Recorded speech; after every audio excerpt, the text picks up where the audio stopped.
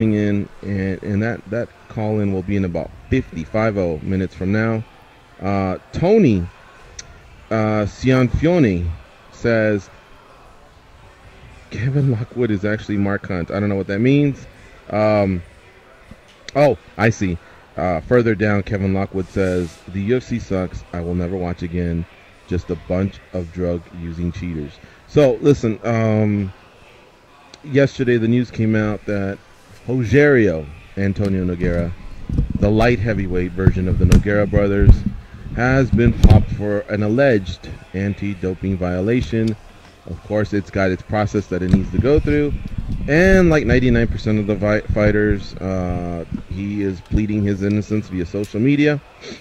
Because, of course, most of the time, I don't know that these athletes get exonerated completely. There is usually some form of a suspension, even if they come to the conclusion that there was some sort of a tainted supplement or whatever. What USADA is saying is at some point you reach for the supplement and some sort of a penalty has to come your way. So he will go through his process. We'll see what happens with that. But very disappointing for those that wanted to see him fight. He was slated to fight, I believe it was on the Winnipeg card, the last big box card of the year. So he has been pulled off, and of course now in his 40s, I don't know that if this goes the way of a 2-year suspension, that might not be the end of his career. Of course, anything goes in MMA. We've seen fighters fight into their 50s, and I'm talking about more than anything, I guess, his UFC career. But we'll see. We'll see what happens with that. You know, and I do see comments that come out and say, wow, yeah, they all cheat, 90%. Well, okay, look, there has been plenty of these incidents, but that's unfair to the rest of the guys and gals who aren't popping. It's definitely not 90% that are popping. Maybe it curtailed some of them and made them straight fighters now, but they haven't been popping at an 80% or 70% or 60 or 50 or anything like that. Now, back in the day maybe, but all we're going off is these numbers, these random tests that we're supposed to catch these fighters. Of course, it's not at that rate. It's still disappointing to me. You know, Nogueira is a big name. Him and his brother are huge names in the sport. So, yeah, every time it happens, it sucks. I'm right there with you guys. But, you know, I had a feeling, I think we all had a feeling we were going to go through this type of an era of sorts of cleaning the sport up. And I think future generations, not just of fighters, but fans will benefit from this. I don't know, man. I don't want to be that guy, but really, if you go through the list of UFC champions, a lot of those guys have had these issues. All right. I mean, even if you do like Mount Rushmore, right? Yeah. Guys that would be on Mount Rushmore, like Anderson Silva, he'd be on there. He got caught. Some people throw Hoist Gracie in there. He got caught. I mean, like, there's a lot of big names that get thrown in there, and that was without like really even stringent testing that some of those guys got it. Yeah. So that is kind of sad when you think about it. It is. It's a lot. It's a lot. But it's not 90% nor 80 nor 70. No, it's not all, definitely, and that sucks for the ones that really are clean. You know, that have passed many tests even before USADA, and then of course now they're going through the highest level of testing. And remember, what sport are you going to turn to? Because I highly doubt that this is the only sport where athletes enhance. You know, but I can't say this. I can't say this on behalf of the UFC. USADA testing is high-level testing. You know what I mean? So they did something about it. I applaud them for that. And of course, it sucks. We're taking hits, but do you remember there was a video, and I wanted you and Dan and Danny to play? I think it was when I first got injured. I just happened to come across it, and Jeff Nowitzki and Dana White were. This is when the news had come across about John Jones, so they did a little bit of a scrum there. Were you at that one, Goes? At that Dana White Contender Series when that happened?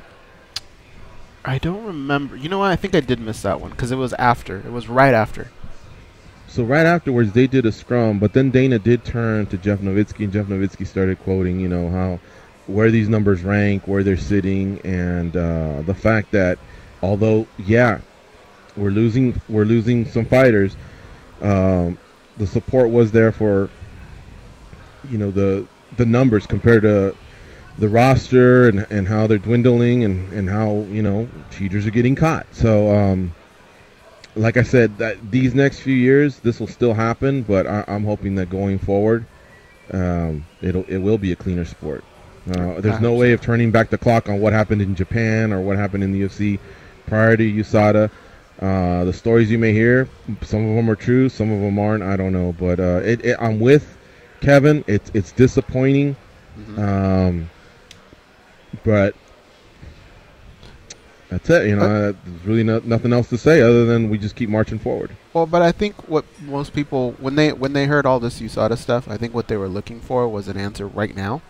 And really, I think what USADA's about is cleaning that new generation, getting that new generation that's coming in to realize, whoa, I don't want to go down that route, and just figure out how to be a clean athlete from the start. I think that's what the point of USADA is. Exactly. And at the same time, I think a lot of the older generation also had to clean up their act. But what happened was the older generation, in front of our eyes, we saw the dramatic fall from some of them because they weren't able to use maybe some of the alleged substances that they were using. And so you saw, softer bodies or flabbier bodies or lesser cardio, that's just the way it worked out. But I think in the long run, think about it. When a fight card's over, you're usually pretty in awe of just the high level. I mean, for one, the sport's getting better, the techniques are getting better, the conditioning's getting better, the athleticism's getting better. But I feel like I really watch some high level fights when they take place, especially when the co-main event and main eventers step in, and they're usually like the best 5 or in the best amongst the best 5 or the best amongst the best 10 in that division. I notice it. Yeah, no, for sure. So yeah, again, Antonio Nogueira and Rogerio Nogueira flagged for a potential anti-doping violation yesterday. Yes, massive disappointment for many of us, and we'll have to wait and see. Just like what happened with John Jones, that fight took place at the end of July, and I believe we started hearing about his problems in August or September. It just takes a while before we really find out what's next. All right, let's get to some Conor McGregor and Tony Ferguson talk. They've exchanged some posts on social media, and now McGregor's coach is also giving the nod of support for Ferguson for his next fight. So things are really starting to warm up there. How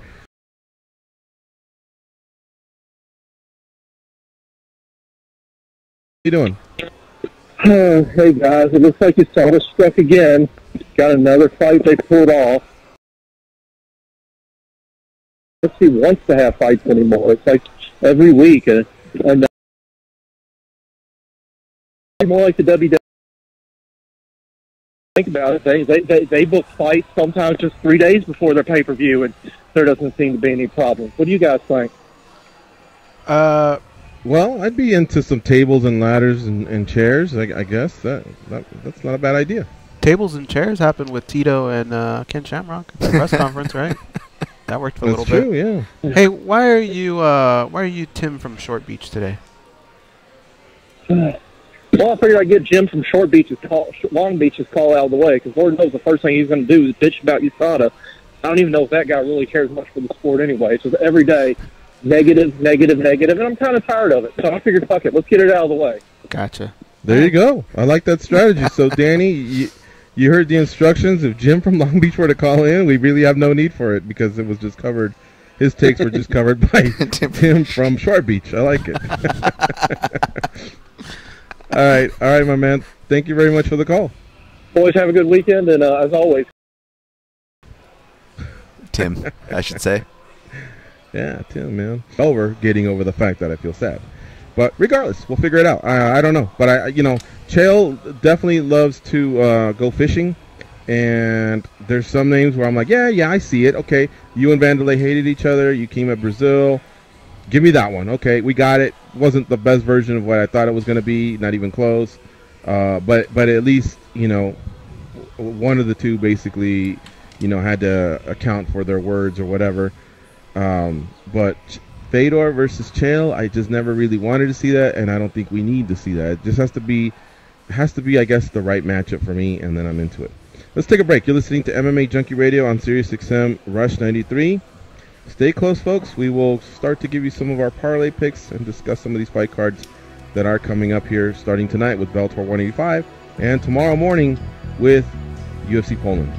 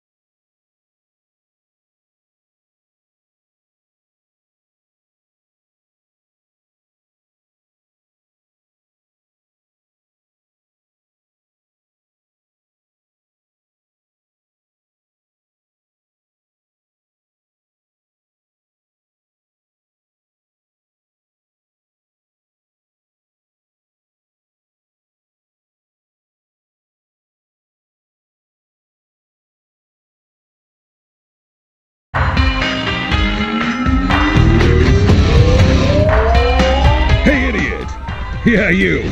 Can you please tap that rather large fellow on the shoulder and tell him it's time for more MMA Junkie Radio with Gorgeous George and Goes? Thank you. It's week 7 in fantasy football, and SiriusXM Fantasy Sports Radio is helping you to win. Listen to the best fantasy football analysts tell you which players you need to have in your lineup and learn how to make winning trades. From injuries to underperforming players, and for NFL teams not playing this week, you need expert fantasy football advice now more than ever on Sirius 210, XM87, and on the SiriusXM app. All right, folks. Sorry, I got distracted there. 866-522-2846 is the number to call in. Shout-outs to those in the Facebook chat like Jay DeMello, Don McGuire, Erica Misilk. I think she calls from, or chats from Slovakia. Remember that, guys? Yeah. Thank you, Erica. Isn't that what we said the other day? I feel like it was another place, but I do remember it being far away. Far, far away. It was an Eastern European country, but I believe she said Slovakia once. Hello from Slovakia. All right, guys. Who do you like this weekend for your parlays? Here's the thing. When you look at the main event, I've gone back and forth on this one. I'm in this pickle that I think you're in with Conor McGregor, George. And it's every time I bet against Donald Cerrone, he stings me. So I think I'm just going to bet on Cerrone just because of that. but I know that you guys can't take that same strategy because it has nothing to do with you. I wanted to switch my pick to Darren Till. The man to my left here has kind of swayed me a little bit on that, and I was somewhat feeling it. So if I had to put together, is it a 3-team parlay? Or yeah, 3-fight? I think that makes sense. At least 3. Okay. I would go Till. And You'd go Till what? What? Oh, the odds? Oh, sorry. Yeah. Oh, Danny got it. it. Yeah, sorry. Yeah, I apologize, guys. I would go. Here's what I like. I like Aspen Ladd to Darren Till. The problem is these favorites are just so high, but really when you look at a card like this, you have to imagine. I know they'll never say it, but to me, this is a matchmaker trying to get Marcin Hell to win, and I would probably do it to Marcin, but I don't know that it's going to pay you that much. All right, so I'll go over some of the odds for you, guys. Darren Till is plus 130. Okay. Marcin Held comes in at, where's that fool at? Minus 400. Yeah, so he's a big favorite. Who are the other ones? And Aspen Ladd, the other one? who it looks like she's minus 280. She's minus 280. So that with Held and Darren Till, $100 would probably pay you, if I had to guess, maybe between 1 and 150. So you're risking 3 fights for 150. Mm-hmm. Are you better off just saying, give me Till for 100 to make 130? Probably. But granted, yeah, the other two are just bigger favorites. I don't know. I'd have to punch them, man. I'm trying to go off the fight some for of the me, math George, that I feel like maybe some money can be made is, I don't know, Andre Fili and Artem Lobov, I feel like is a little bit closer of a fight than what the odds makers have it. And if I'm going to take a shot on someone, it might actually be Artem. I feel like Fili should win the fight, but Artem's better than I think what the odds makers are giving him. I agree. Artem's the odds live are dog. Yeah. Fili's minus 185. Artem Lobov is plus 150. Now, the only reason I would not bet Ladd, I like Ladd. I've seen her through Tough Enough. I've seen her through Invicta, and I'm impressed by her. But the only reason I'm like not too crazy about it is because the best fight analyst in the game said, keep her out of your parlays. Do I got that right, Dan? Yeah, it's on the fights to avoid with Lena Landsberg. Why is that? And essentially, I mean, you've got a UFC debutant, and I'm betting on a UFC debutant, which we can get to with the straight plays. And as far as, parlay talk, I had some 2 cents on that. But Ladd and Landsberg's very physical in the clinch. Ladd likes to get it to the clinch. I think Ladd is the better grappler, obviously. But getting Landsberg can be a little bit difficult to get her down. She has her elbows in the clinch. She's got decent offense, but Landsberg's got some, pretty porous defense. So I see Ladd winning, and I don't blame the odds makers for having 2-1 faith, and I actually don't blame anybody if they wanted to put Ladd as a parlay piece, because with the other numbers skyrocketing, it makes it a little more attractive. So I get where Goes is coming from there, but that's why I put it on my avoid list. A lot of the female fights too, with the sample size, we see a lot of upsets there in those divisions as well. I like a lot of upsets on this card. I feel like a lot of these underdogs are going to come through. I think you were on something with the Lobov. I might do that whole bet all the underdog thing. Right. And by the way, I officially took Cerrone. I was back and forth on it, but I did recommend Till for the DraftKings because George actually touched on it earlier. A lot of people are going to be on Cerrone, and Till, that might be the matchup worth a look. So George hit on that perfect earlier. But yeah, prices are going up. As far as you guys are looking for lower prices, obviously Josh Emmett, Karolina Kowalkiewicz, Worley Alves kind of skyrocketed up since yesterday's article. But Devin Clark, I think, is a good playable piece. I think he's around -160 guys. He's a Jackson Wink product, really good wrestler, athletic young kid, and he's going against Jan Blachowicz. And Blachowicz is dangerous, but he's only 2-4 in the UFC, and he typically struggles. Even outside of the UFC, his trope has been wrestling pressure, and that's exactly what Devin Clark is going to bring to this matchup. So he's a guy I played straight up. Okay. I think I failed to get to the editorial team. I wanted to switch from Blachowicz to Clark as well. So, oh well. Sometimes the problem is I'm one of the ones that gets them in early. I think I put that pick in about a week ago. There was a Clark fight that I had seen. I think it was on Access, and I thought, oh, he's still raw. He still has work to do. Yep. But yeah. All right, I'll tell you what I did, guys. I basically did 5 14 parlays. All right, and they don't stand to make much because they're all favorites. But I felt pretty good, either from my analysis or hearing from what Dan Tom wrote.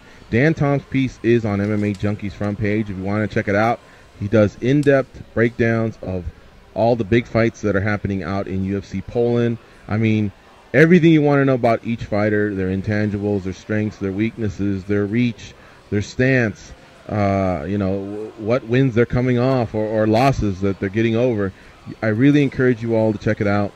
And now that it's out there, Dan can expand during the show here and maybe, give his thoughts on some of those fights that he covered.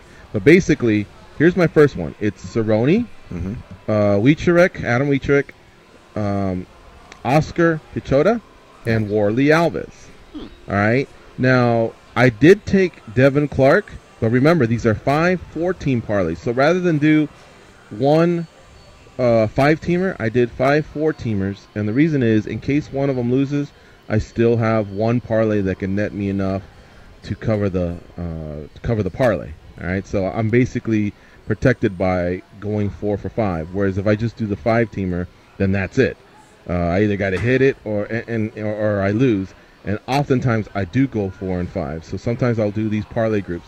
Now the parlay group does expose you.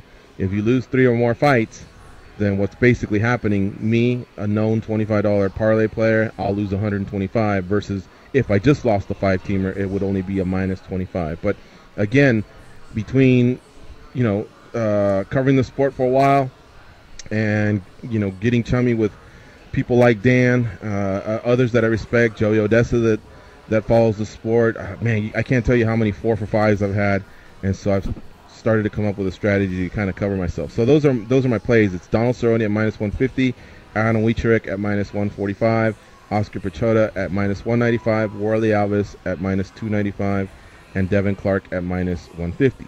Now, if all of them hit, basically it's somewhere in the 700 range. But that's how I played it. You guys have thoughts on any of those? Any that you disagree with? When does a strategy become a system?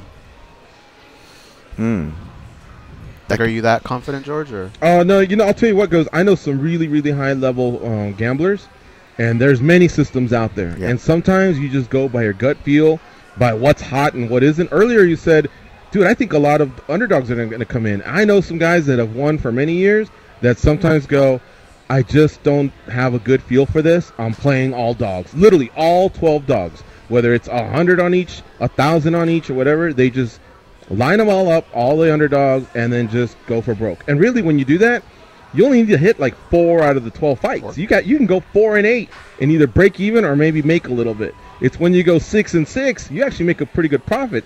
And if it's one of them huge nights, where you win 8 of the 12, then you're a beast. I agree. The dangerous word about system is because system can kind of insinuate that you have to stick to something, right? And that can be really dangerous with betting, especially a volatile sport like mixed martial arts. But I do like what George is doing. I call it layering, I guess, for lack of a better word, guys, and layering your parlays. Now layering, you can go a bunch of different ways on that.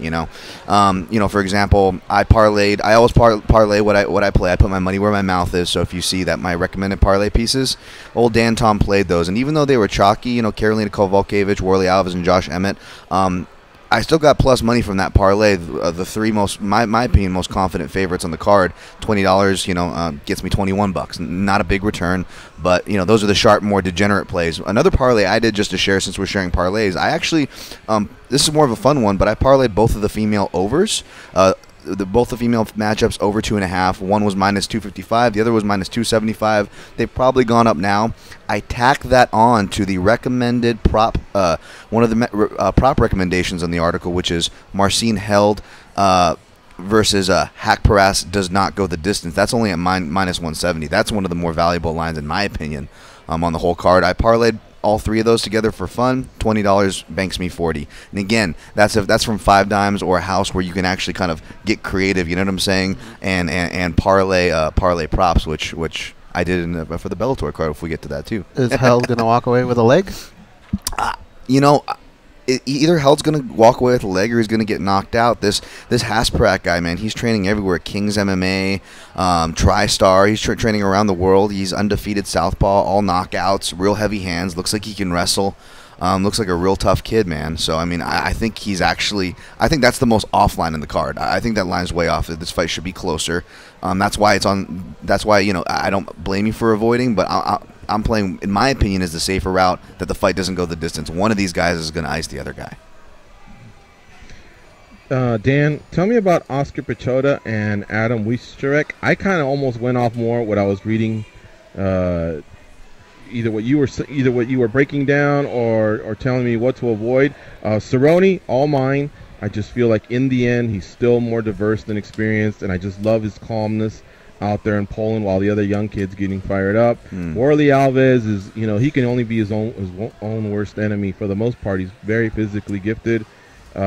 He has been checked already, and that's a good thing. When you experience that early loss, you come back stronger. You start to put the ego aside. And then, of course, Devin Clark, who I've seen fight a few times. The other two I weren't as familiar with, but can you tell me what you liked about the strengths of those guys? Absolutely. I'm glad you brought up Adam Wieszczarek. He was actually another valuable guy because he actually opened as a dog for, despite being a UFC debutant, something you don't, not that we want to go by systems, but most guys that have systems try to avoid playing UFC debutants. We've seen how that can go. But this guy, it's a very favorable matchup. Now, what's interesting, I'm following MMAjunkie John, at MMAjunkie John, who's on site over there. Those guys hit the scales this morning, guys, but for the ceremonial weigh-ins, Anthony Hamilton, Adam Wieszczarek's opponent, both of them didn't hit the scale. So as of now, the fight is still on, so we'll probably keep you up to date during the show. But the reason why I like Wieszczarek, he's 6'5", but he looks like a Stefan Struve. He looks like Stefan Struve if Stefan Struve were to fight like a lightweight, because this guy kind of flows with his strikes, even though he's really tall. He's really flowy with his strikes like a lighter man, like he designs his game like a lighter man. And when he grapples, this guy can take the back like he's like a featherweight or a lightweight, even though he's this really lanky, tall, bald white guy heavyweight. Yeah, he's really athletic. So I see him having the advantage both standing and on the mat against Anthony Hamilton. I like Anthony Hamilton, but man, the guy's lost 6 of his last 9 fights. Yeah. He's returning really uncomfortably. And he partially retired for a bit, so you can just tell that's that mental stuff where you really want to go to bat with that type of guy. Yeah, he just got knocked out a month ago, guys. He's already making a quick turnaround after, like George said, thinking about retiring, which is a flag in its own. And now the other guy, Oscar Piechota, I really like him. I came in leaning toward Johnny Bravo, Jonathan Wilson, his opponent, out of Millennium MMA, Lorenz Larkin's camp. Johnny Bravo's a real strong southpaw, can strike. He's coming down from 205 to 185 pounds. He's going to have the size advantage over Piechota, who isn't a big middleweight, but we've seen these Polish cats, man. They're stronger than they look. They can take shots, and Piechota is like an upgraded version of Marcin Held. You know, on the feet, he's got that nice left hook. He recently got a knockout with, like Marcin Held has, except he also has really nice kicks as well. He's a really good. He's really developing his striking game, but more importantly, he's a Robert Drysdale black belt. So he's probably been in Vegas a few times, according to his social media. But yeah, Piechota is a Robert Drysdale black belt, which is no joke. But more importantly, I went back and watched this guy's grappling footage, and he's one of those guys where he's a grappler that's able to bring his game into MMA. We see how many Brazilian Jiu-Jitsu world champions come in and they can't do much. Piechota really brings his game in well. So I'm really high on this kid. I think he's going to find a submission in that fight. Sounds good. Why don't we do this, Danny? Why don't we take a commercial break, and when we come back, we'll have Danny Okers read some MMA history today. Sound good? There you go, folks. You're listening to MMA Junkie Radio on SiriusXM Rush 93 as we go out to some music from 1988, the last time the Dodgers were in the World Series, so enjoy that. Let me give some shout-outs to Westside in the YouTube chat, as well as Michael Francis and Human Moron. He's back. All right, folks. It's the MMA Junkie Radio Show on SiriusXM Rush 93.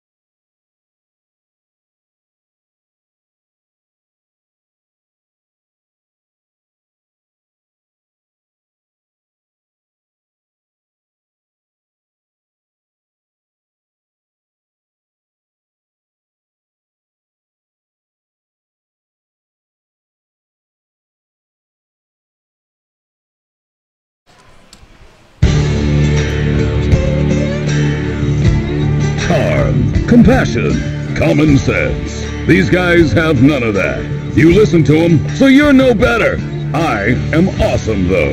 They are Gorgeous George and Goes. You guys know when, if you guys have an Apple computer and everything freezes and it's got that little wheel over it, it lets you know it's pretty much stuck. I think on Windows it's like a little hourglass. Yeah. I basically have one of those above my head right now. Danny Okers and Dan Tom, more so Dan Tom, just did me really dirty. Yeah, how did I get into this? We can't talk about what happened, but they got me really good during the break. I'm pretty flustered right now. So confused. I am not. I don't know what to do. I feel like dropping this headset and driving somewhere and just getting my life back in order. But anyways, Danny, why don't you take us away? Get us on. Thank God for MMA history today, because that's what's about to save this show. Danny, go ahead. Yeah, so 10 years ago today, October 20th, 2007. Damian Maia made his UFC debut and submitted Ryan Jansen. Oh, wow. Damian Maia, all right. Man, nice. Damian Maia's got a big fight coming up against Colby Covington. And this fight, when it was announced, I was happy. I was like, all right, that's a good matchup. But Colby Covington has sold the hell out of this fight. And now it almost feels like he can't even walk out with a decision win. He's got to, like, annihilate him. Retire him, as he said it at Joint Base Langley Eustis. Oh, yeah. So I'm definitely pumped up to see that fight. Man, my mouth's dry. I'm like fucked up, dude. What, damn, Tom. God damn, what'd I do to you to deserve what you just did to me during the break? I gotta come clean. I fell victim to the same trap as well, man. I fell victim to the same trap. Brutal. Did you send Danny that so that he at least knows where I'm coming from with this? Yeah. The greatest thing, I have to say, the greatest thing about working on the show is during the breaks. I wish there was like an alternate feed we could have for just breaks. It would make things a lot funnier. Do you remember remember the Jackass movie when those guys are wearing roller skates and they're in the back of a pickup or like a transport truck that's empty, and they just the guys like swerving it everywhere and they're crashed. That's what our commercial breaks are like, I think. Yep. Just people getting wrecked left and right.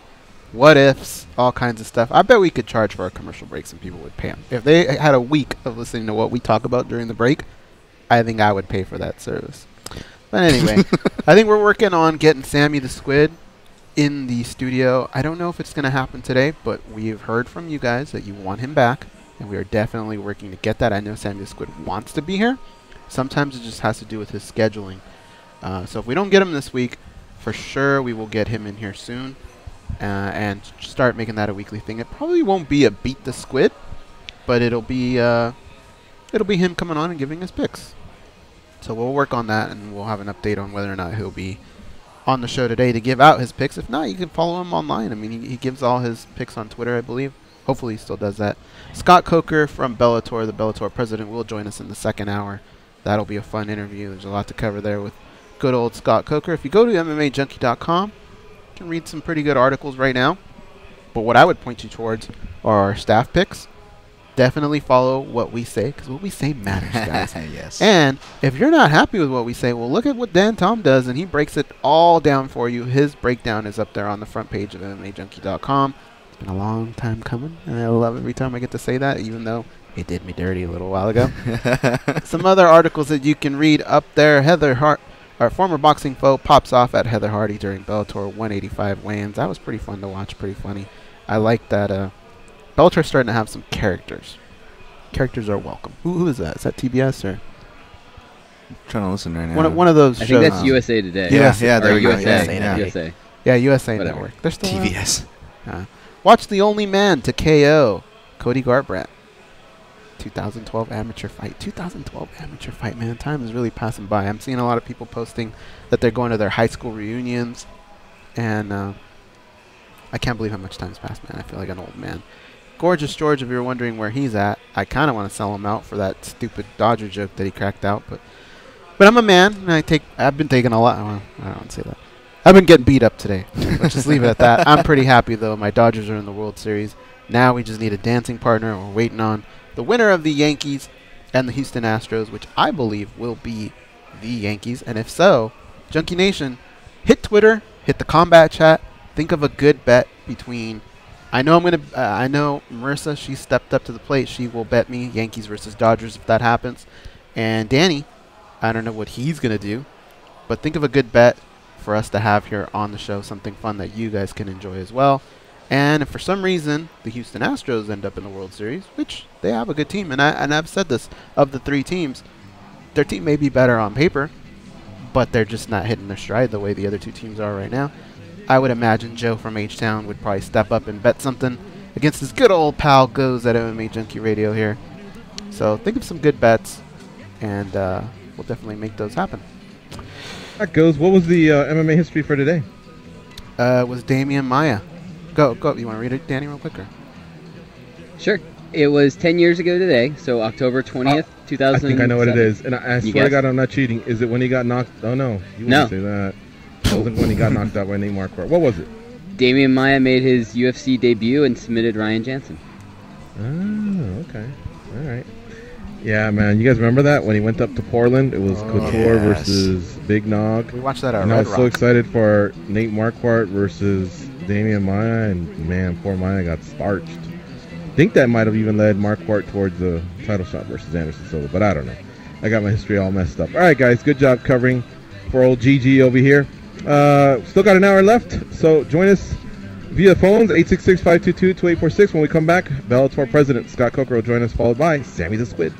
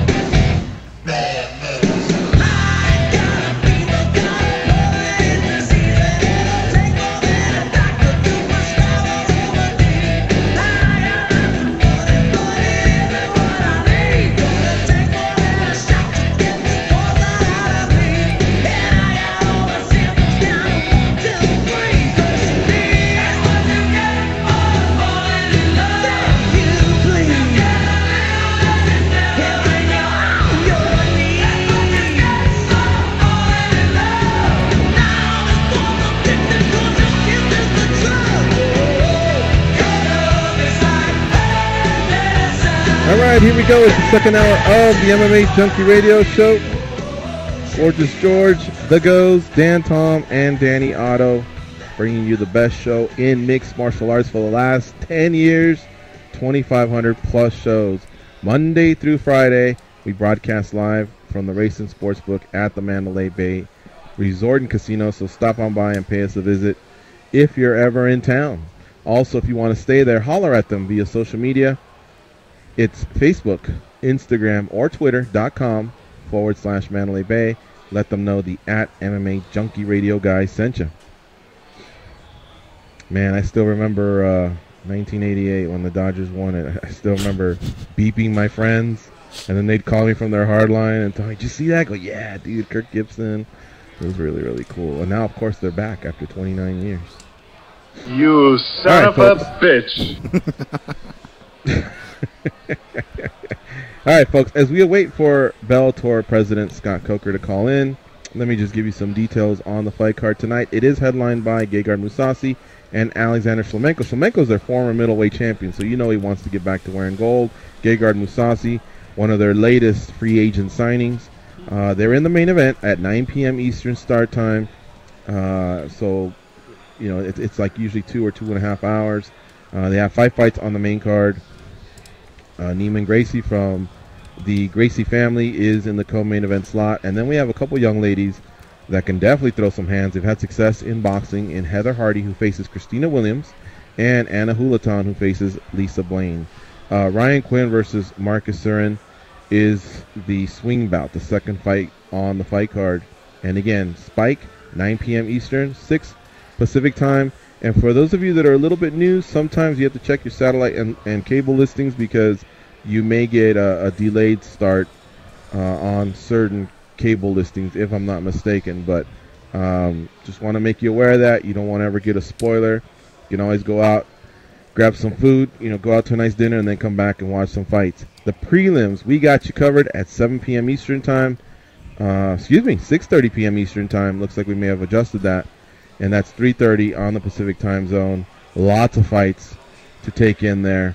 And again, we got you on MMA Junkie. We have Matt Erickson, one of our writers, who is out in Uncasville, Connecticut, covering the event for us. And we also have writers in Poland that are covering the UFC Poland show. So give them a follow at MMA Junkie Matt for the Bellator coverage. I mean, follow them anyway. These guys go back and forth amongst all kinds of different shows all over the world. And MMA Junkie John is out in Poland. I believe a touch of gloves goes to Simon Head, who's also covering on behalf of MMA Junkie. So thank you, Simon, for the coverage that you're providing for us. And I'm not sure, but is Abby out there, guys, or Ken Hathaway? Do you know who's doing the video? I thought I heard from Kenny just the other day, so I'm not sure. I don't know who's out there doing Maybe the video. Abby's out there. Yeah, I think Abby.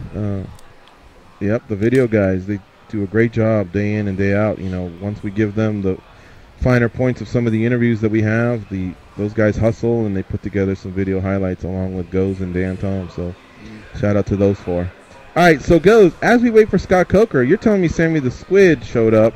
You want to cycle him in before or and do that segment first? Whatever you like.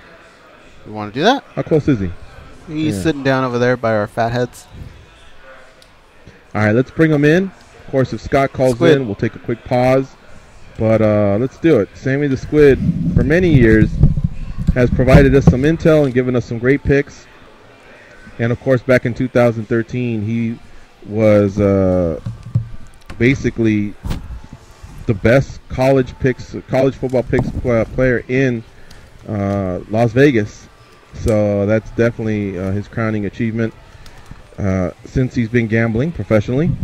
You can follow him on Twitter at Sammy T Squid. He's also done very well when he's come on the MMA Junkie radio show and taken on some of the junkies head up, or just giving his picks like he's going to do today, maintaining 60% on a couple seasons, which is really, really amazing work, and we applaud him for that. So he's back. What's up, Sammy? How you doing? Hey, George. How you doing? How you feeling? Getting better, my man, every day.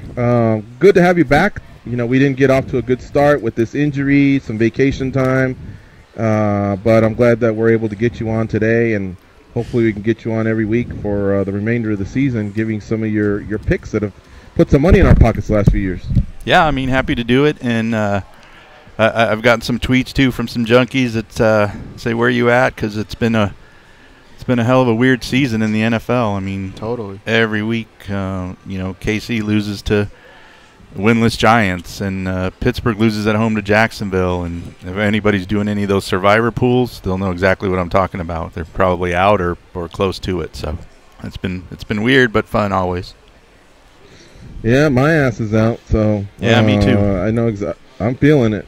It's amazing because just 5 days ago, Kansas City was undefeated, and like you stated, on Sunday they lose to the Giants, and then last night they lost a heartbreaker to the Oakland Raiders, and that may have saved the Oakland Raiders season because Oakland was on their way to a 5-game losing streak, but they managed to get that win. I don't know if you guys saw the ending, but it was penalty after penalty after penalty and replay after replay after replay. But after it all got sorted out, the Oakland Raiders did win that game. Nice toss there from Carr to Crabtree. Yeah, I mean, they showed some heart coming down the field on that defense and putting themselves in that position, and then they got it done. Yep. All right, so what you got for this week, man? College, pros, totals, whatever you got. We're ears. We're all ears. I'll throw them out there, and I just brought NFL today, some totals, but I know NFL is the most popular sport to bet on, so thought we'd start with that. All right. First game I'm going to go with, and I mentioned them earlier, is the Pittsburgh Steelers. I know they've been kind of up and down, but I think they're back to clicking on all cylinders. So I'm going to take the Steelers minus 5.5, hosting the Bengals. Okay. Next one, I'll go to a total. Indianapolis. I'm going to play over in the Colts and the Jags. I think the Jags are playing pretty well. I think the Colts, they got nothing to lose, a little wide open. It's in the dome. I think I like them to play over 44. All right. Next one I'm going to go to is another total. Saints and Packers.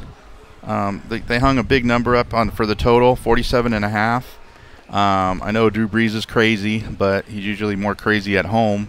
Of course, the Packers don't have Aaron Rodgers. I think they're going to have to slow the game down, take the ball out of Brees' hands, and just try to play a game that's in the high teens or 24 to 10, something like that. So I'm going to go under in the Saints, 47.5. Okay. Next one, I'm going to take the Giants at home and grab the points. They're playing Seattle. It's going to be a low-scoring game. The total's under 40. They're catching almost a touchdown at home, and they looked a little bit better. Another team with nothing to lose now. So I think Giants are plus 7 at home? Well, they're 6.5 maybe. Okay. Okay. Of course, the Seahawks defense. But I'll take the Giants plus 6 at home. 6.5 or 6? 6. All right, Giants plus 6 at home versus the Seattle Seahawks, who Seattle has their struggles when they go on the road. At home they're beasts, but on the road they're just completely different. And I like that play, especially if the Giants all of a sudden got a nice little shot on the arm from finally getting that win. And then it's not like the win was over another hapless team. I mean, they went into KC for crying out loud. Right. And it's a long trip for Seattle to go to New York. Was it Denver? No, sorry, Denver. Denver was the win, yeah. Right. But, kind of the same defense. Denver's defense is really good as well. Right. And the last one of the 5 is on Monday night. I like this game to go over, Redskins and Eagles. I think we could be in for an old-fashioned 31-28 shootout in Philly. Philly's playing really well. I don't like Philly. I don't like the Redskins, but take it easy. I'll take over 48.5 in the Eagles and Redskins. George, we got time. Can I toss one your way? Yeah, sure. Or go ahead and toss them because I have kind of a separate question for Sammy the Squid. All right, so Squid, you're obviously a Cowboys fan. I'm a Niners fan. We both would rather be 5-0, 5-1, 6-0, whatever. But we go ahead up this Sunday. Now, if you'll recall, last season we got off to a 14-0 lead. It was 21-21 at one point. But the teams are kind of chugging along at a different pace. For one, you guys are a little bit slower as you guys are on grass. Our team doesn't have much of an offense, and their strength is basically running. We're also pretty good on defense. Your defense has gotten a lot better. You guys have a running game. What do you think of the under in our game? That's not bad. Zeke's supposed to play. I mean, as of today or right now. And I think, the strategy is going to be a lot of running game for both teams. The Dallas defense has not stepped up the last couple weeks. I think the Rams really put it to them. Of course, Aaron Rodgers was Aaron Rodgers. But I think you're right. Your strength is running, and I think there's just going to be a lot of long, slow drives and maybe some field goals. So that's not a bad under at all. 46, pretty high. That's what I was thinking too, man. I might go that way. But let's recap yours. You're the pro here. Pittsburgh, -5.5 versus Cincy. You said the game is in Pittsburgh, right? Correct. All right. Indy versus Jacksonville. That's over 44 is what you want there. Where's that game, by the way? It is in Indy. Indy, all right. New Orleans and Green Bay. Now, on this one, you want to go under 47.5. Where's that game? That is in Green Bay. Green Bay, okay. The Giants, +6.5, or +6, excuse me. They host Seattle, so I know that one is at the Meadowlands. And lastly, Washington, Philly. That's Monday night, over 48.5. You're expecting an aerial assault, I guess, here. Where's that game, by the way? That's in Philly. In Philly. All right, cool. Thank you, my man. No colleges for this week. Anything you want to toss out? Anything else you want to toss out? No, Syracuse had a big win last week against Clemson. I think you guys even talked about that one. Yeah. I think they come out Miami, flat. I think? Yeah, they're at Miami. And Miami, Florida's been playing really good. I would lay the 17 with Miami and kind of a Syracuse hangover.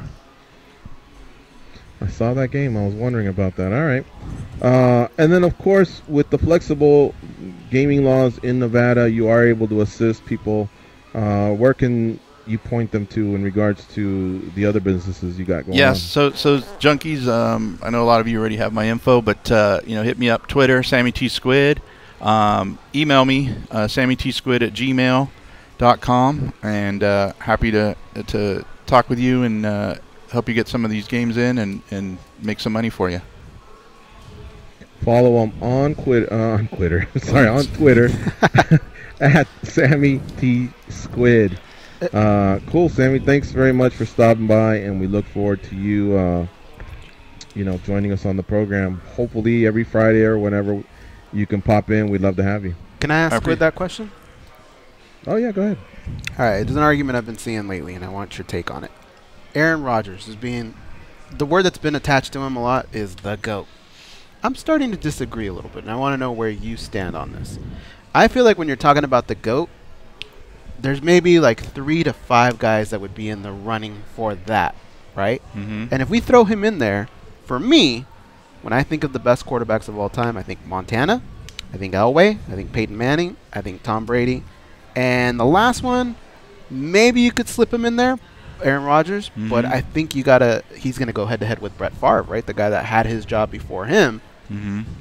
Where do you stand on Aaron Rodgers being? I just feel like he's a really good quarterback that's in that next category with the Drew Breeses, the Marinos, the Aikmans of the world, Steve Youngs. I think he'll get there by the time his career is over, but I think right now we got to chill a little bit. Where do you stand on Aaron Rodgers as far as being one of the top 5 greatest quarterbacks? I think he's probably getting closer to cracking the top 5. I think he's going to have another Super Bowl. I mean, I know that's kind of the benchmark, and of course Marino didn't have any, but he was great. Brady had 5. Montana had 4, George?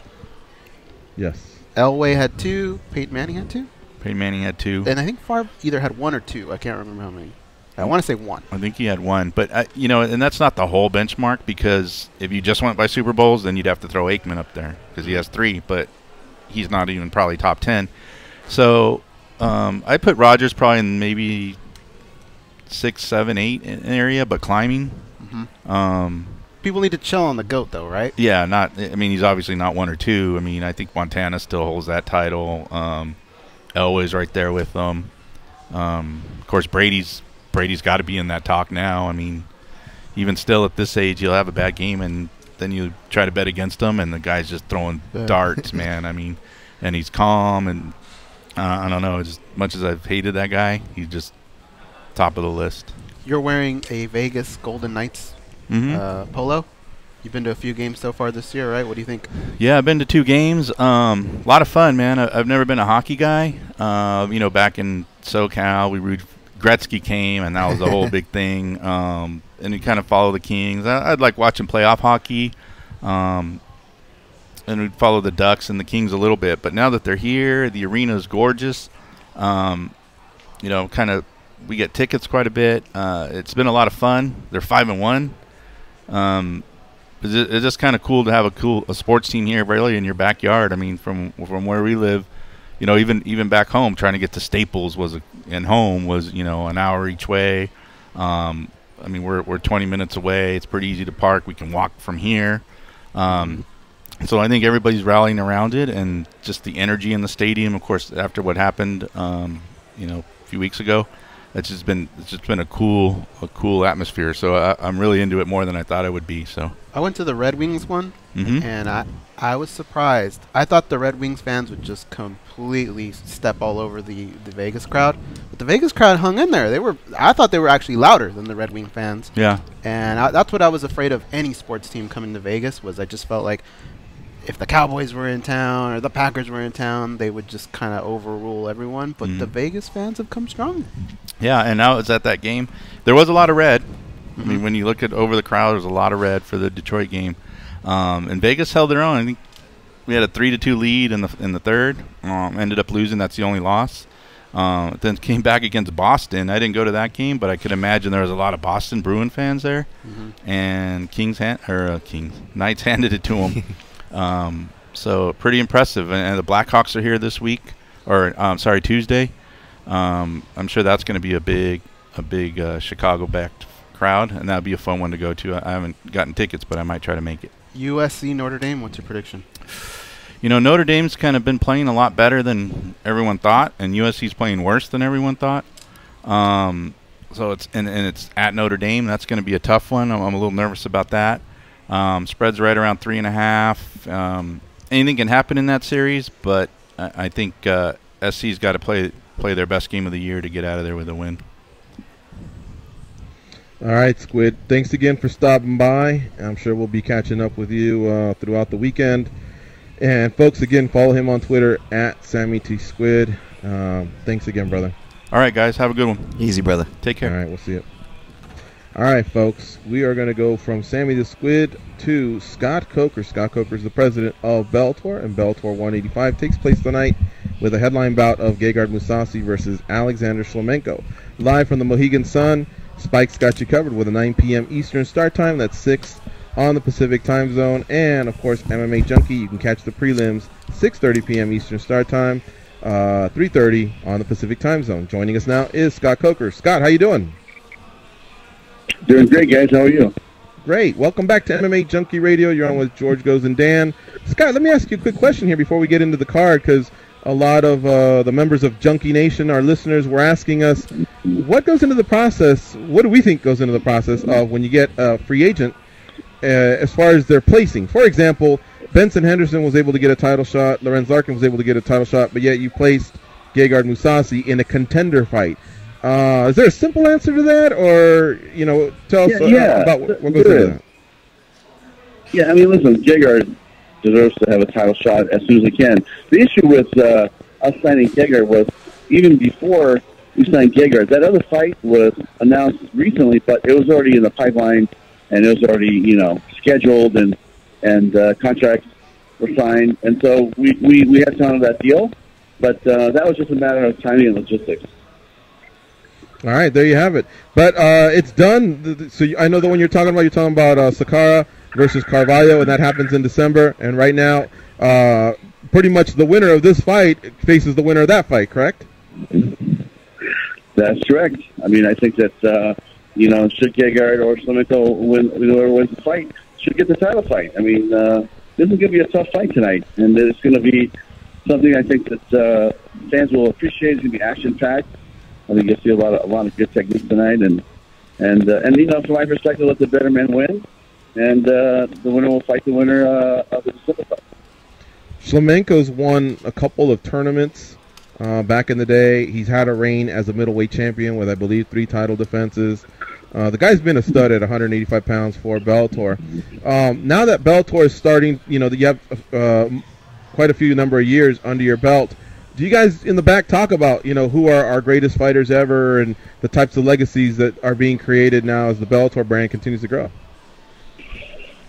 Yeah, when I was just reading a statistic the other day, I think Shlemenko is the second most fighted athlete in Bellator. When I said fighted, I mean fought athlete in Bellator. He's fought, I want to say, I can't remember the exact number, but the fights that he's had here in this company is number 2 amongst all of the athletes, and he's a staple of this company, and he's always put on great fights. Every fight I've ever seen him in, he's always brought it, and he had a tough fight with Tito, didn't work out for him, and he had a tough fight with Halsey, but on any given night, I think he could beat anybody. Yeah, this guy's been doing it since like 2011, man. He's been around. 2010. It was actually when he was involved in his first tournament. So he definitely has a lot of history with Bellator. And if you look back at his record, he's had these long win streaks. Once he's on a roll, he's on a roll. Now, we're obviously in Vegas. You know that. We look at the odds. Musasi's a pretty big favorite in this fight. But I don't think you can count out Shlemenko. I mean, this guy throws hard. He's confident. He didn't back down for one moment at all during Musasi, during those pre-fight stare downs. I'm expecting a pretty competitive fight here in this one. Yeah, I mean, listen, that guy is afraid of nobody. Gegard's afraid of nobody. And, it's going to be, they know that this is a stepping stone to the next, belt shot for them. So I think Shlemenko's going to come out swinging. He probably has some of the best hands in Bellator right now. I mean, the body shots that this guy took some of the guys with in his past fights were really impressive. I mean, the guys that some really good boxing skills. And, my prediction is that he's going to come out swinging for the fences, and he's going to try to knock Gegard out. Now, another thing that I noted was with Heather Hardy and Anna Hulaton both fighting on the same fight card, they've kind of basically been saying that they'd love to fight down the road. But more than anything, is boxing being highlighted just because this has been such a huge year for boxing standing alone on its own. And then, of course, the mega match between McGregor and Mayweather. Is that basically Bellator kind of playing off a little bit of boxing's popularity and lining that up? Or are you starting to see that more combat sports athletes are doing some sort of a crossover? In this case, it's just a coincidence that both females are boxers. I believe that. I think that, the line that was divided in the past between, let's say, boxing and MMA is going away. I think, like you said, it's becoming looked upon as combat sports. And look at Conor. Conor did a great job in that fight with Floyd. And it was probably the most entertaining I see a Mayweather fight since he was, Pretty Boy Floyd way back in the day. Right. So, I think that the MMA fighters are getting respect. I think the boxers want to come to MMA and try it out and see, how they fare. I think from a fan's perspective, it's great for both sides because I've always believed that, look, in combat sports, whether you're a boxer, you're a MMA fighter, or you can do both. I mean, at the end of the day, it's still one nation. Now, in boxing, they like to build up some of these fighters. A lot of times they'll say, giving them matchups so that all of a sudden there's a collision course down the road. In MMA, I've noticed we don't do that. When they're ready to fight, they're ready to fight. Should Heather and Anna both win, are you ready to match them up, Scott, or do you want to still introduce them to the Spike crowd, the Bellator crowd, and maybe ease into a matchup like that? Well, I tell you, this is a fight, that people have been talking to me about and saying, hey, you should put those two girls together. And my thought was, hey, let's take a look and see how they do tonight, and then we'll make a decision. But it definitely creates some heat and more people talking about it. I think Anna's pushing for the fight. I think Heather's starting to engage in the dialogue with her. I think it'll be a tremendous matchup when it happens. But, to me, it's like, let's wait to see how they do, and then we'll go from there. Scott Coker, our guest here on MMA Junkie Radio. He's the president of Bellator MMA. Bellator MMA has an offering tonight of Bellator 185 with a headline bout of Gegard Mousasi versus Alexander Shlemenko. You heard the man himself say it. The winner could very well get a shot versus the winner of Alessio Sakura. who will try to take the belt from Rafael Carvalho in the month of December. Huge fight, huge stakes here in the main event. Spike has you covered with a 9 p.m. Eastern start time. That's channel 241 if you have DirecTV like Goz and I. And, of course, on the Pacific time zone, it's 6 p.m. All right, let me send it over to the boys at the Mandalay Bay. Goz and Dan, what do you have for Scott Coker? Scott, I know you just said that you'll kind of get to that matchup, Anna Houlihan and Heather Hardy, once you see how these fights play out. I'm looking at the card, and there's so many fighters on this card that have such a bright future. There's so much foreshadowing that can happen with directions that these fighters are going to go after these fights. At the end of a card where we would all assume you could take a break and relax, it doesn't seem like you're going to be able to do that because there's just so much more planning to be done here. When do you get that chance to relax, and when do you actually tackle these things? Does it happen that night, or do you at least get 24 hours to get a good night's sleep in and then tackle it? That's a great question. You know what? Honestly, we'll meet right after the fight, and we'll huddle up about some of the future fights for these guys, and we'll do it tonight, later in the evening, because it's fresh on your mind. You know exactly what you saw, and some of these guys that have fought that night are going to want to fight right away, and we're gonna work on putting it to work as quick as we can. George brought up free agent signings, and I was thinking the same thing, but the two that kind of stood out in my mind were Mauro Ranallo and Mike Goldberg. Can you talk about how important it is to have voices like that with so much experience and so much clout with what they say be attached to some of these fights, especially when we go back in history and hear these highlights and hear those voices attached to it? Can you talk about what they've done to your organization? Yeah, you know what? When you think about these two voices, they have been the voice of MMA and combat sports for the last 20, 25 years. I mean, I think of when I think of Mauro, I think of pride. The commentary usually of pride in the Dynamite show in front of 90,000 people in Tokyo, at the Tokyo Stadium there, and with Goldberg, I think about all the great work he's done with the UFC. And then Mauro in professional order boxing, doing the Mayweather fights and all the fights on Showtime. I mean, I think we got the best team in the planet, and these guys have done it all, and they have really, called the history of the sport, for the last, 25 years. So I think we're in a really good place. I'm excited to have both those guys on, and I think it's been working out really well.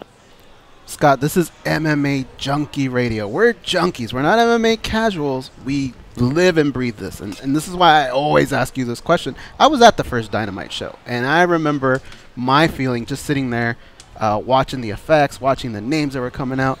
Please, Scott, give us something. I know you know something. What's going on for this year's Dynamite? What do you got cooking?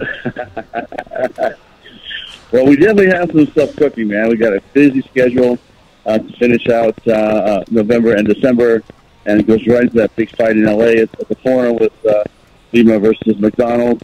But we got a lot of fights we're going to add, and we got some really exciting stuff that I can't talk about right now. But trust me, we always like to stir up the pot and create something fun. So, keep your eyes and ears open. Not even a hint? Nothing for your boys? Well, you know what? Just give me another week. Give me one more week, and we'll have another conversation. Okay. Well, Scott, I probably could ask you if you had a favorite moment in Strikeforce, but I already know that would probably be too hard to answer. Does that question, though, have a little bit of a different feel with Bellator, that you are still in the mix? Obviously you've been in your position for a minute from promoting, and even with Bellator, you're much more comfortable and settled in now. But I guess my question is there a moment so far in your Bellator tenure where you're like, this is it, this is a perfect example of what I wanted to bring, and this is a perfect example of what Bellator can be? Have you had that moment yet with Bellator? Wow, that's a great question. I mean, when I think about the transition from being a small, arena show and taking it to the big arena, the first one we did was Bonner and Tito Ortiz. I think that was a moment for everybody to see, okay, this is going to be different than what the Bellator was before. And when I think about Strikeforce, I think of the moment of I think about a lot of things, but the special moment that I can remember from that fight or that event or that league was I was sitting in the crowd in San Jose, and out walked suddenly and then out walks Frank Shamrock. And I'm not kidding, that was the loudest crowd I've ever heard in my life in any stadium. Because both those guys are hometown guys and had big names, and it was just in that magic moment. And so, but in Bellator, I think really it was the transition of people realizing, hey, this is not going to be the Bellator of old, and we're going to do things different. Even the staff was tripping out on the production level that we're going to take it to, and it was just everybody's commitment to taking it to the next level. Mainly, Viacom and Spike TV. So that was a great feeling. But when I think of Strikeforce, I think of that fight. When I think of Bellator so far, that's what I think of. And even before Strikeforce, when I was working for K1 or helping K1, I mean, there's so many magic moments. But that first fight we did at the Bellagio Hotel with Stefan Leko fighting Peter Arts, when Peter Arts got knocked out by Stefan, it was that was something that was really, really amazing, and it goes on and on, man. That's just this is my 33rd year, 34th year in the fight business. It's been a long time. All right, folks, tonight, Bellator 185, Gegard Mousasi versus Alexander Shlemenko, 9 p.m. Eastern Star Time on Spike TV. Check it out. And, of course, don't forget, in a couple weeks, Bellator heads to Pennsylvania, to the Penn State campus, where alumni Ed Ruth and Phil Davis will be throwing down, as well as a title fight with Ryan Bader defending his world title against Linton Vassell. Scott, thanks so much for the time.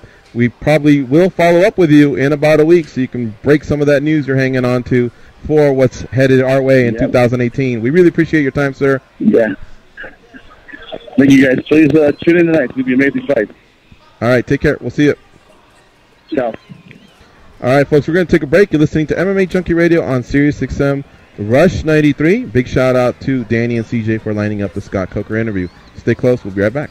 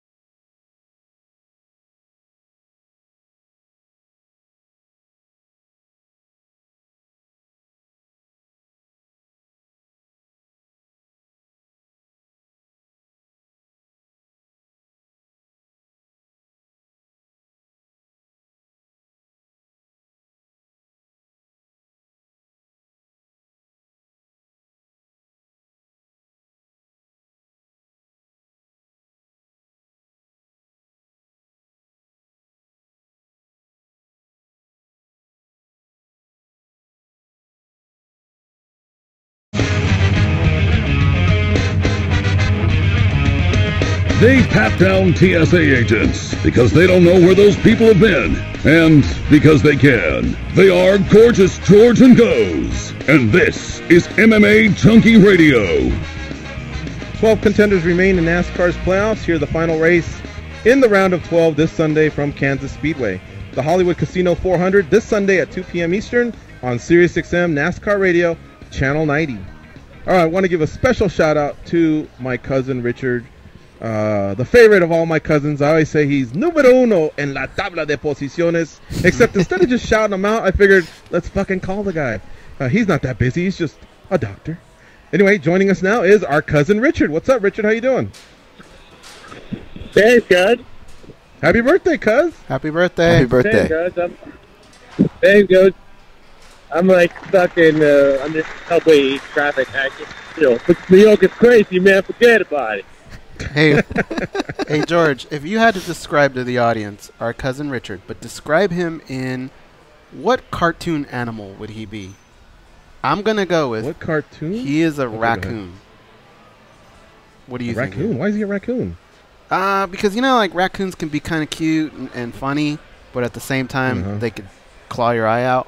They're not going to do a lot of damage, but yeah, they'll leave some lasting effects. I think Richard it would be a raccoon. What cartoon animal would he be? For me, I would say when he was a little baby, he was like the Tasmanian devil. Oh, yeah. I mean, this guy would drive you fucking nuts, and so sometimes you had to give him a little bit of a slap, just to calm him down. But then he kind of turned into more of like an entertainer, like when Bugs Bunny's trying to play all those instruments at one time. He'll just take over the party. He's a great time. I love hanging out with him. And even now that he's a respected pediatrician out in New York, he can still have a few drinks and be a clown like he used to be. So, Richard, speaking of forget about it, I know one thing you forgot about. You were supposed to come to our junkie gathering last year, and then, of course, you weren't able to. You going to come this year? Yeah, because... now fatherhood got me, but we're all three of us looking to go next year. All right. You sound really excited about that, by the way. Yeah. All three of us are going. Let me go now, please. No, he has no idea when it is or nothing. Yeah, because a lot of the cousins, a lot of the family and friends are starting to come. It's almost becoming like a mini reunion, a family reunion. So we'd love to have you. You know what just happened, George? When a girl, definitely on my list.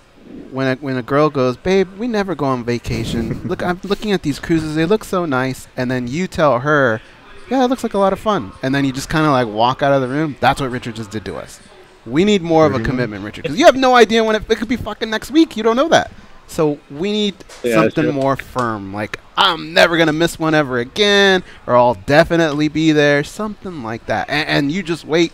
I'm going to take your listeners out and do crazy shit. Like, give us something more. Okay. I'll say I buy my tickets before this year ends. So I'm booked already for, it's May, right? We don't know the date yet, but that's coming soon. Yeah, then I'll show all of your listeners a crazy Peruvian, the real Peruvian style. I like that. Speaking of Peru, Peru versus New Zealand. It's a home and away series that goes down in about 3 weeks or so. And there's some people from New Zealand that listen to our show, and they've already been talking shit. So I want you to talk shit right back to them, except in Spanish. Let them know what's happening when Peru faces New Zealand. Vamos a comer kiwi y después hacer un pisco. No, mira, tienes que decirles que, oye, escúchenme, huevones, les vamos a sacar la mierda, ¿ok? Así que no vengan a Lima con perspectivas para avanzar al Copa Mundial, porque eso no va a pasar. ¡Vamos, Perú, carajo! Something like that. Yeah, do that. Ese es su puto rugby. All right, Richard. I hope you have a great birthday. Love you, cuz. Thanks for farting around with us today on the MMA Junkie Radio Show. Hey, guys. I'm so proud of you guys. You're awesome. You're the best. You're fucking awesome. Okay. Thank you, sir. All right. Bye-bye. There you have it. Our cousin Richard. Take that, Kiwis. This guy. Fuck rugby is basically what he said. Fuck your rugby is what he said. He would be a star at a junkie gathering, especially when he lets loose. He's a really, really good guy. 866-522-2846. We got about 50 minutes left. We still have one more commercial to sneak in there at some point before Danny Oakers has a heart attack. One call. But reminder, we got a writer in New York, Matt Erickson, who's covering Bellator 185. Excuse me, in Connecticut. Apologies. And we have a writer and videographer, a couple writers actually. Simon Head is contributing to MMA Junkie. MMA Junkie John's out there as well. And I believe Abby, our videographer's there. So we have excellent coverage throughout the weekend. You got to keep it locked on MMA Junkie as we post stories and videos in support of these events that are taking place. Of course, next week, down in Sao Paulo, Brazil, good friend of the show, Colby Covington, will be fighting Damian Maia. Derek Brunson will be fighting Lyoto Machida. So things are really, really starting to heat up as we close out 2017. And, of course, that weekend, the big weekend in New York with 3 title fights for the UFC. Bellator's got a fight card the night before. So it's really, really some good times here. And I think that's what you all have been waiting for, is these big fight cards to start happening again. I do want to give a shout-out. I'm a little late on this, so apologies. But one of the most outstanding members of Junkie Nation, so thoughtful over the years, not only in the success that the show has had, but also personally, she sends us so many cards and gifts, and so a big shout out to Cupcake Katie. I've been enjoying my Starbucks card. I had, what did I have yesterday, guys? What did I order that they messed up and put the whipped cream, even though I didn't ask it? It was a new one that Juliet had recommended. It's a salted caramel. It's basically a caramel frappuccino, but salted. Yeah, it was delicious. So thank you, Cupcake Katie, for that. And, of course, Hal from Chicago. He came strong. Now, I didn't peek in the box because I'm peg-legging over here, but I know Goes was diving in there, putting stuff in the freezer. What was all that, Goes? There were, well, I don't want to say, oh, man, there were deep dish pizzas. I don't want to say, like, how many or anything, because obviously we probably get way more than somebody else he sends it to, and I don't want them to be bitching. But there was a good amount of them, and we are going to eat the hell out of those. Thank you very much, Yeah, Hal. because it was this for our weekend birthdays. I plan on hitting my personal four-teamer of Mater Dei High School, the #1 team in the nation. Yeah, there's some back alley bookies that'll offer me a line. The USC Trojans are going to storm into South Bend, Indiana, and defeat Notre Dame, even though they're getting points. You watch. It's going to happen. Manchester United, of course, also has a game this weekend coming off their Champions League win. They're back playing league, so watch them as they win as well. And I'm telling you, the 49ers will beat the Cowboys on Sunday. GG is going to go 4-0. I thought that parlay was going to include roundtable or something. Doesn't the parlay usually have that in it?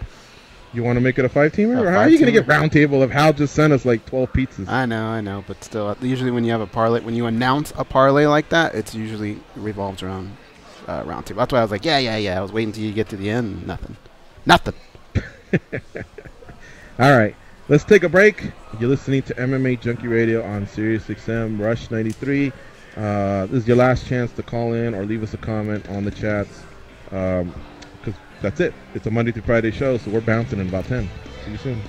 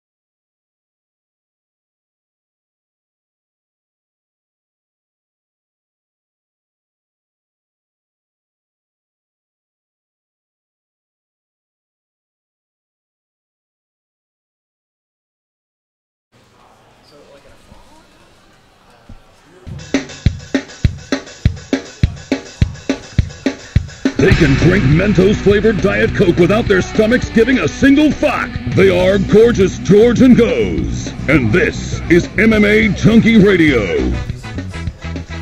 All right, let me get this out of the way. Before we run out of time, I want to thank all of our guests for the week. Colby Covington, Damian Norris, Mohammed Usman, Rob Font, Anna Hulaton, Campbell McLaren, Alexander Shlemenko, John Castaneda, Mackenzie Dern, Joey Rouquet, Logan Storley, Ian McCall, Jason the Intern, Sammy the Squid, and Scott Coker. Of course, we also have the best fight analyst in the game, Dan Tom, and the best producer in the game, Danny Olker. So, want to give them special shout-outs. Not sure where Goes is. He was getting all excited during the commercial. Was he there, guys? I'm back. I'm back. Oh. All right, everything good? Yeah, one surprise. One of your friends visited the studio. Who? One from the East Coast. Fat Tony. Ah, okay. Yeah. So I had to kind of talk to that person real quick. Is that person still there? No, that person left. Another person just walked in, though, Matt from the Sportsbook, which reminds me, Matt, I'll return your Agent Harris from Sopranos? Zumba video on Monday, okay? Okay.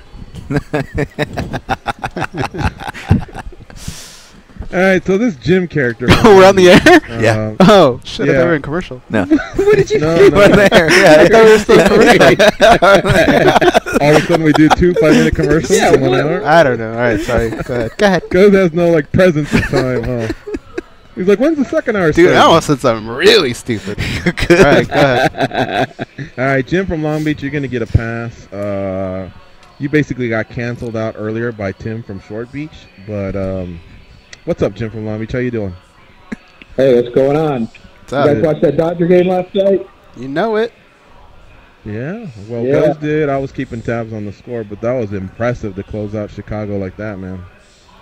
Yeah, it was a great game. I mean, boy, that guy, Kiki Hernandez, hit 3 home runs, a grand slam.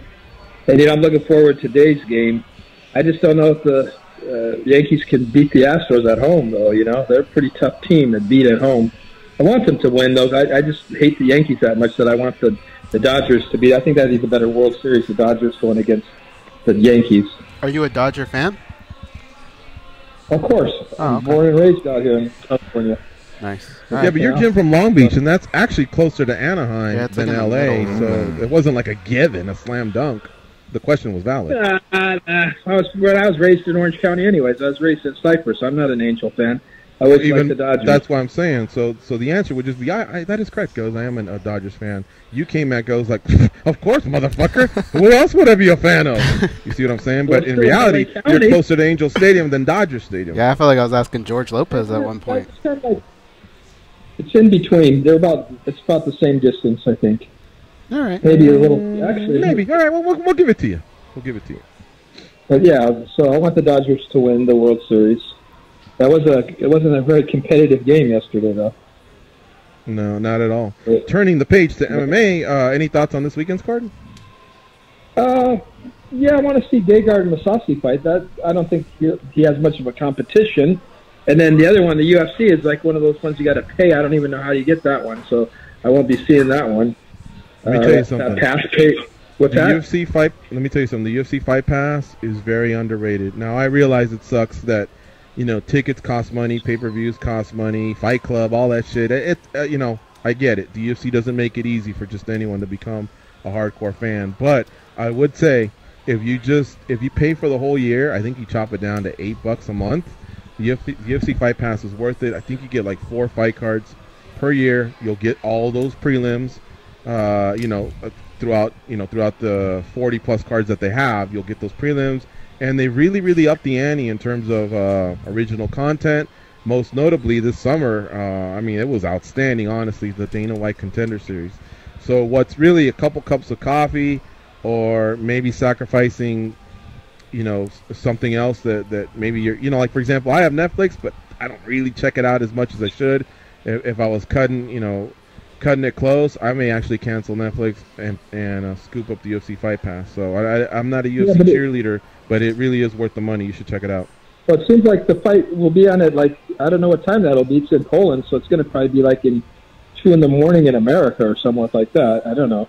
No, it'll be on at 8:45 a.m. tomorrow for the Pacific time zone. So that's when the fights will start, at 8:45 a.m. And the main card, I believe, starts at noon Pacific time. So, and check this out, Jim. I'm gonna give you a tip. I believe they offer either first week or first month free trial. So check that out. Also, there's another tip for you. We have what's called time zones. Check those out as well, so you get a little more familiar with the difference between Poland and Long Beach. But we got to go, my man. It's always fun talking to you. One way or another, you always provide some sort of entertainment, so we appreciate you. I already thanked everybody throughout the week, so you all, thank you for your time. Everybody that tuned in and listened in, the chats we get, the good ones, the bad ones, it doesn't matter. iTunes, man, if anybody hasn't left us a comment on iTunes, we really love if you do that. It really helps with the algorithm. Of course, we appreciate the reviews the most that have those 5 stars. We'll have to do some catch up next week on that. Our writers are in the spots they need to be so that they can bring you the best coverage in mixed martial arts. And again, the radio team will be back Monday. We'll crank out 5 more good ones for you. So check us out. If you're ever in Vegas, come to the Mandalay Bay Sportsbook. The show starts at 10 a.m. Pacific. All right, folks. For Danny and Dan and Goes, I'm George. Have yourselves a nice weekend. Go out there and be champions. You'll never be the same again.